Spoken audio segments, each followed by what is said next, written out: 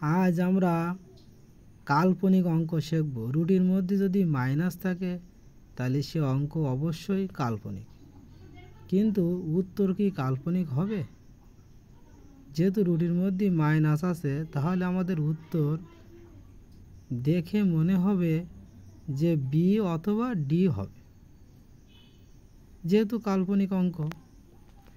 এখন আমরা এই সলভ করে দেখি যে কাল্পনিক হয় কিনা। তাহলে এই যে রুটের মধ্যে -8 আমরা এখন আলাদা করে দেব। তাহলে আমরা লিখতে পারি √8 গুণ √-1। একইভাবে আমরা লিখতে পারি √2 গুণ √-1।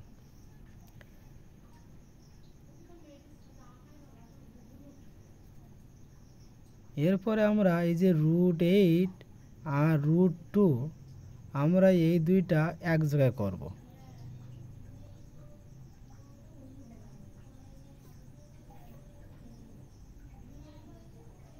তাহলে আমরা লিখতে পারি √8 গুণ 2 আর √-1 মানে i আর √-1 মানে i, এটা আমরা জানি।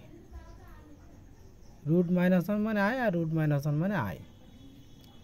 এখন √8 দুনো 16 আর i গুণ করলে হয় i²। √4² মানে 16 আর i²। তাহলে √2 উঠে গেল, তাহলে 4 থাকে আর i² মানে আমরা জানি -1। তাহলে আমাদের অ্যান্সার -4, সি নাম্বার।